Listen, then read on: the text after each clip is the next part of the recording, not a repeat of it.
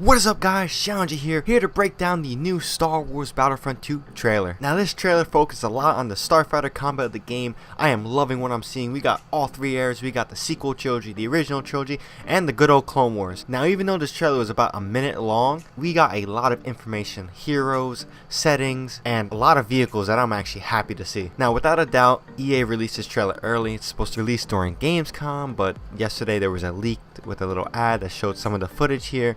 So we get the trailer a little bit early. So with that being said, expect more footage of actual gameplay of the Starfighter combat in Gamescom. I know they're supposed to be doing a live stream, I believe. Release more information about the game. I'm excited for that. I will definitely cover that in another video when it comes out. Now everything in this trailer isn't perfect, but there is a few things in this trailer I see that I do not agree with, I do not like. Now hopefully my issues are addressed during Gamescom, but with that being said, let's get straight to the review breakdown. So for someone who reads all the Star Wars canon, the first part gets me really excited. Now in the new Star Wars canon, the unknown regions is where the Empire went to survive. So seeing it as a play area is very exciting. Confirms that we will probably see something of the unknown regions in The Last Jedi, which I hope for. I hope this isn't just being a little tease or something, but this First Order Star Destroyer looks massive, bigger than the one we see from the Empire. So moving along, we get confirmation that Poe Dameron will be a playable hero in Battlefront 2. Now what we see here is Poe Dameron and his Black Squadron attacking this First Order Star Destroyer.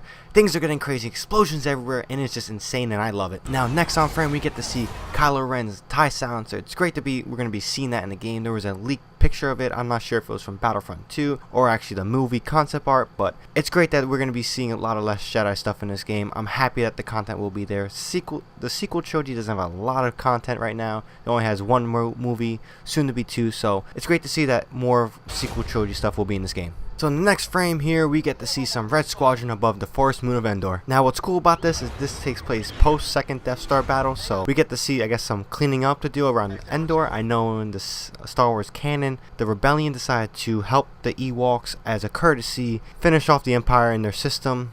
Whatever was left, take them all out. So it's kind of cool to see that. However, I am kind of disappointed we won't be seeing the Battle of Endor from Return of Jedi. Now this does not confirm or deny that we will be seeing that. So for all we know, there actually is a DLC, or maybe it's in the vanilla of the game, but we don't know yet. We just gotta wait to see. Now moving along, we get to see a new location, the Imperial shipyard located in the FONDOR system. I'm actually interested about this system.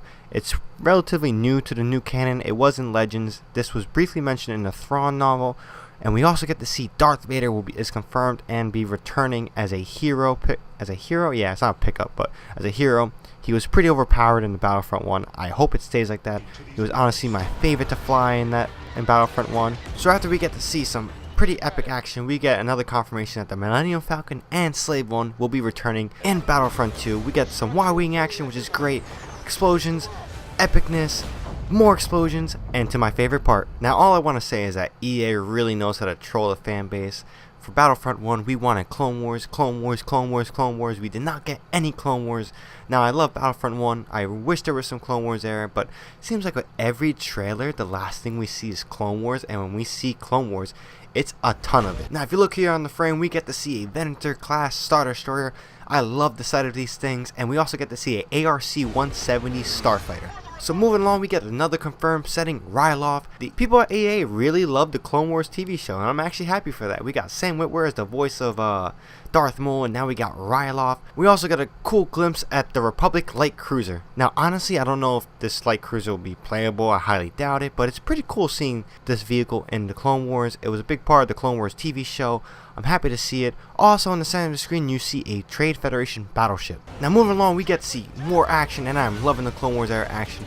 We got the V-Wing, and my favorite part, the Sith Infiltrator right there, baby. I am glad that thing is in this game. Now it seems like the Sith Infiltrator has a cloaking ability. That'll be very interesting to see in gameplay. And here we get to see KAMINO, the home of the clones, basically the birth of the clone army. The Battle of KAMINO was in the Clone Wars TV show. Again, these guys really watch the Clone Wars TV show. So you see the Sith Infiltrator flying through the rainy city of KAMINO. Now if you look below, you get to see a Republic gunship. I'm not sure. I kind of hope that they can fly that in some capability in the game. But you also see some clones running. Not 100% sure if this is like a blend of Battlefront 1 again, where we had the space, not the space, but the air and the ground combat. Not sure yet. This is only a gameplay trailer. I'm certain that this will be confirmed what this was, but now on screen we get to see a Y-Wing. Now the Y-Wing actually originated from the Clone Wars era. It was in the TV show. The Rebel Alliance ended up taking whatever the Empire didn't use and decommissioned from the Clone Wars, so it's actually pretty cool that we get to see the Y-Wing version in the Clone Wars here on screen. Now we get to see a Y-Wing shoot the torpedo, and now we get confirmation that Yoda will be a playable hero in the game. I'm not really feeling this. It's cool that Yoda is a hero not only on the ground but also in the air. I'm not a big fan of this though. I would rather see Obi-Wan, Mace Windu, Plo Koon, or even Anakin Skywalker in this situation. I didn't really see Yoda flying that much. The only time I seen him fly in combat was in the 2003 Clone Wars 2D animated series, and that was only for a brief moment, so I'm not a big fan of this. I'd rather see some other Jedi or hero in that pilot seat, but it is what it is. Hopefully in Gamescom they confirm more flyable heroes in this era, but looks like Yoda is going to be flyable. Now overall, this trailer just adds on to my excitement for Star Wars Battlefront 2. It's a Star Wars game we've been waiting for, and the Star Wars Battlefront game we've been waiting for. EA and DICE are looking like they're going all out for this. We get a single player, we get multiplayer that looks great. Now, hope my complaints are either addressed in DLC or even Gamescom. I don't know yet. I'll cover what I see during the live stream on Tuesday. I looked at the day. Tuesday, EA will be having a live stream about the space battles and Starfighter combat, so should be very interesting. If you guys like what you saw, please drop a like, subscribe, be greatly appreciated. More Star Wars Battlefront 2 content will be covered here on this channel, so if you aren't subscribed yet, first time viewer, please subscribe. If you haven't already, again, drop a like, it'll be greatly appreciated. That's all I got for this one. ShadowNinja here, and may the Force be with you always.